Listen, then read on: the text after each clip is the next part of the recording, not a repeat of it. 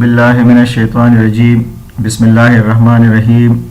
Dear students, Assalamu alaikum. My name is Dr. Azhar Ali, Assistant Professor, Electrical Engineering Department, Sarhad University, Peshawar.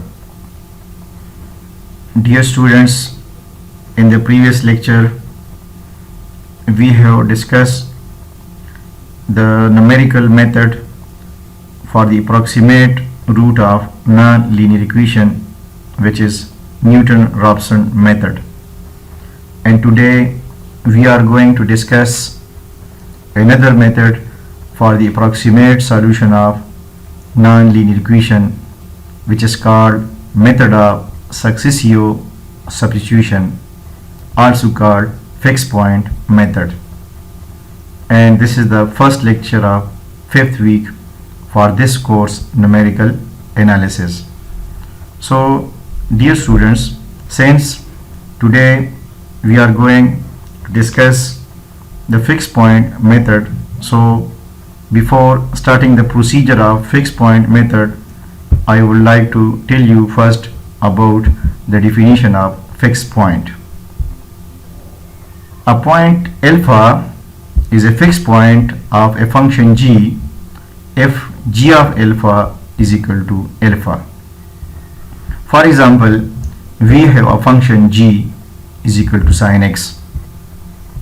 If we put in this function x is equal to 0, then we get sine of 0 is equal to 0. So sine 0 is equal to 0 mean 0 is the fixed point for the function sine x. Now to find the root of a non-linear equation by using fixed point iteratio method. So here I would like to tell you about the method of successio substitution, which is also called fixed point method. Suppose we have to find the roots of the non-linear equation f of x is equal to 0. First of all, we express this equation in the form x is equal to g of x. That is, there exists a function g such that x is equal to g of x, and the iteratio scheme will be xn plus 1 is equal to g of xn.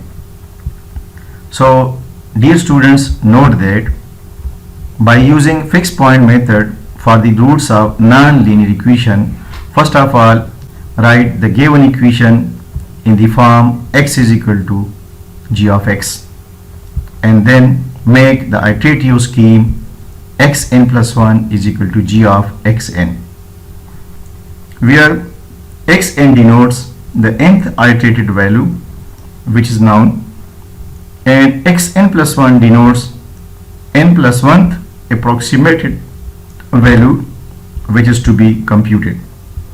However, f of x is equal to 0 can be expressed in the form x is equal to g of x in many ways, but the corresponding iteratio may not converge in all cases to the true value. Rather, it may diverge, start giving strange values. It can be proved that necessary and sufficient condition for convergence of the scheme is that the modulus of the first derivative of g, that is g dash of x at the exit root, should be less than 1. The modulus of the first derivative of g will be less than 1. This is the sufficient condition for the case. That is, if alpha is the exit root, then the modulus of the derivative of function g will be less than 0 at x is equal to x naught, which is equal to alpha. But since we do not know the exit root which is to be computed, we test the condition for convergence at the initial approximation, that is, the modulus of the first derivative of g at x is equal to x naught will be less than 1. Hence, it is necessary that the initial approximation should be taken quite close to the exit root and test the condition before starting the iteration. This method known as fixed point method. Since the mapping x is equal to g of x maps the root alpha to itself, since alpha is equal to g of alpha, that is, alpha remains unchanged, fixed, under the mapping x is equal to g of x. Now, dear students, the conclusions of the discussion in simple wording is that to find the approximate root of a given nonlinear equation, we have to find the approximate root of a nonlinear equation f of x is equal to 0. So for this purpose, first of all, arrange the given equation in the form x is equal to g of x or g of x is equal to x. But note that the arrangement of the function f in the form x is equal to g of x can be done in many ways. So in all these ways, first of all, choose the case at which the modulus of the derivative of the function at x is equal to x naught will be less than 1, then that case working well for the other roots of the given nonlinear equation. Then any fixed point of the function g will be the root of function f, and hence g called iterative function. To find fixed point of g, we start an arbitrary point x naught. This will be the third procedure. First of all, write the given equation in the form of x is equal to g of x, which will be done in many ways. Then at second stage, target in all the cases, in all the arrangement, target that case of x is equal to g of x at which the modulus of the derivative of g will be less than 1 at x is equal to x naught. So choose the value of x naught and then find other roots x1, x2 up to xn from the iterative formula xn plus 1 is equal to g of xn. If the sequence of the roots x1, x2 up to xn is convergent to x naught, then the fixed point of g will be the root of the given function f. The arrangement, dear students, I have already told you that the arrangement of the function f in the form of function g can be done in many ways. Suppose, let's move on an example. We have a nonlinear equation f of x is equal to x cube minus 5x square minus 29 is equal to 0. And we want to find the roots of this nonlinear equation correct to 3 decimal places. So first of all, choose the value of x naught. Choose the arbitrary value x naught. Suppose we consider x naught is equal to 0. Then putting x naught is equal to 0 in the given equation, we get the value of the function at x is equal to 0 is a minus 29, which is less than 0. Now choose another value for x naught. Suppose x naught is equal to 5. Then f of 5, the function value at x is equal to 5 will be minus 29 again, which is also less than 0. And now, for example, x naught is equal to 6. Then the function value at x is equal to 6 is 7, which is greater than positive. So, dear students, it is a very important point how to choose an arbitrary point. For the initial arbitrary point, choose any two value for x naught at which the sign of the function will be opposite. Then we can locate the approximate root of the given equation. That the roots of the given equation lies between 5 and 6. So for x naught, we can choose x naught is equal to 5, or x naught is equal to 6, or x naught between 5 and 6. Since in this question this equation have opposite sign at x naught is equal to 5 and at x naught is equal to 6. So here it is clear that the root of this equation between 5 and 6.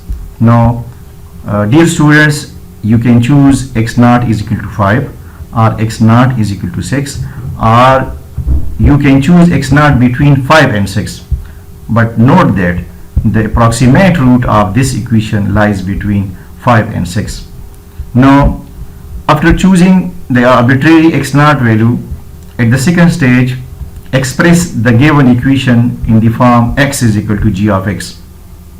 And as I have already told you that the expression of the function f in the form of x is equal to g of x can be done in many ways.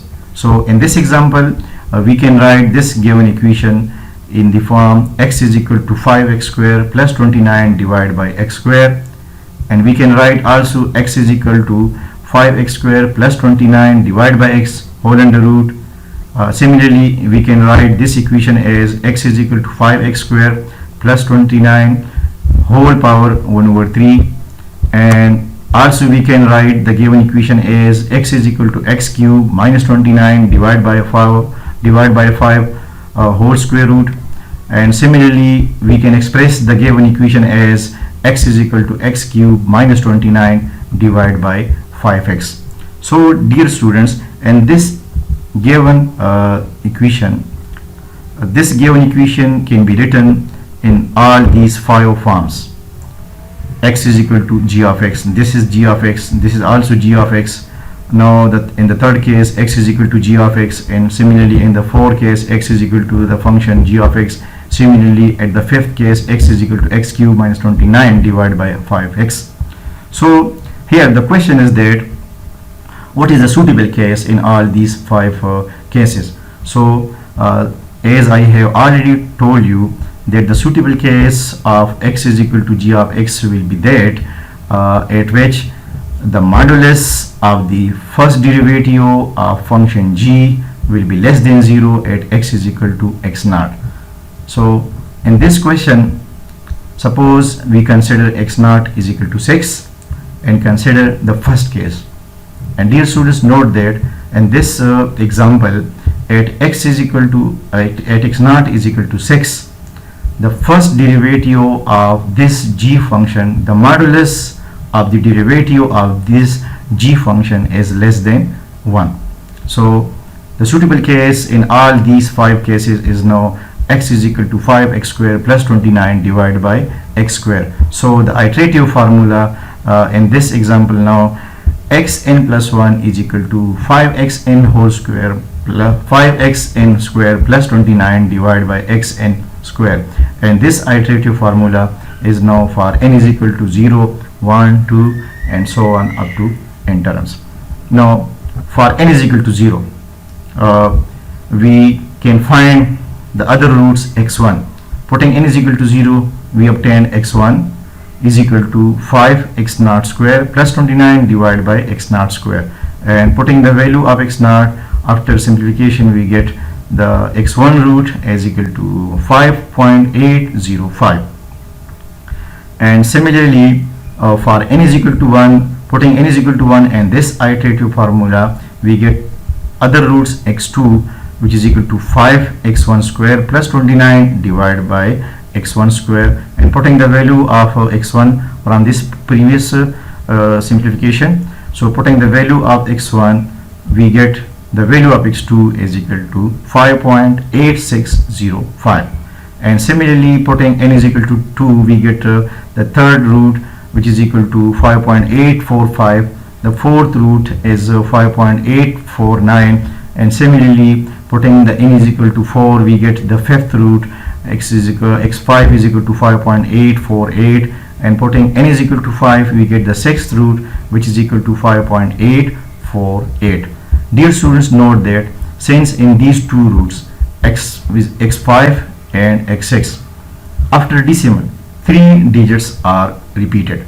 So x6 is the approximate root of the given equation correct to 3 decimal places. Now let's move on another example. Suppose we have a non-linear equation x cube minus 2x minus 8 is equal to 0. By using the method of successio substitution, which is also called fixed point method, to find the roots of this equation correct to 2 decimal places. So dear students, as I have already told you in the previous example, that first of all, to find the roots of this equation, first of all find the approximate location for the positive roots. So to try to evaluate the function at different values of x as given in the this table. To choose the value of x0, putting any values of x0 at which the sign of the function will be positive, then we can locate that the roots of this given equation will be lies between their two roots. Suppose x0 is equal to 0, we get the function value minus 8, which is negative. X0 is equal to 1, at which the function value is minus 9, which is negative. X0 is equal to 2, at which the function value is minus 4, which is again negative. And at x is equal to 3, the function value is 13, which is positive. So dear students, note that at these two values of x, the function have opposite sign. So clearly we can locate the roots of this non-linear equation, that roots lies between 2 and 3. So we can take x0 is equal to 2, or x0 is equal to 3, or x0 between 2 and 3. And dear student, note that onward x greater than 3, the function have positive sign.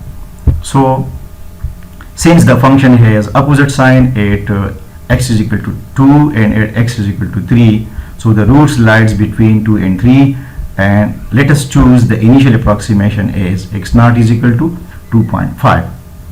Now let's express the given equation in the form x is equal to g of x in the following form, and check whether the modulus of the derivative of g at x is equal to x0 mean at x is equal to alpha will be less than 1. For example, x0 is equal to 2.5, and the form of given equation x is equal to g of x, we obtain to express the given equation in the form x is equal to g of x, we obtain these three cases: x is equal to x cube minus 6 minus 8. In the second case, x is equal to 1 over 2 and to x cube minus 8. In the third case is x is equal to 2x plus 8 whole power 1 over 3. So dear students, we see that in case 1 and case 2, the modulus of the derivative of function g at x0 is equal to 2.5 is greater than 1. So hence we should discard these two representations, these case number 1 and case number 2. So we should discard these two cases, and as the third case satisfies the condition that the modulus of the derivative of g at x0 is equal to 2.5 less than 1. So dear students, now the iterative formula from the case number, from the case number 3 is now xn plus 1 is equal to 2xn plus 8 whole power 1 over 3.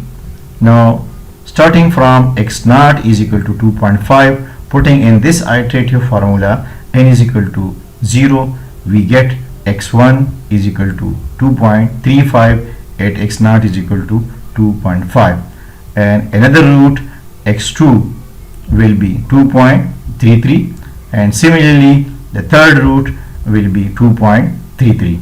So dear students, note that the roots x2 and x3 are repeated after decimal for 2 digits. So x3 is the approximate root of this non-linear equation correct to 2 decimal places. And dear students, this is the end of this segment. Thank you. Allah Hafiz.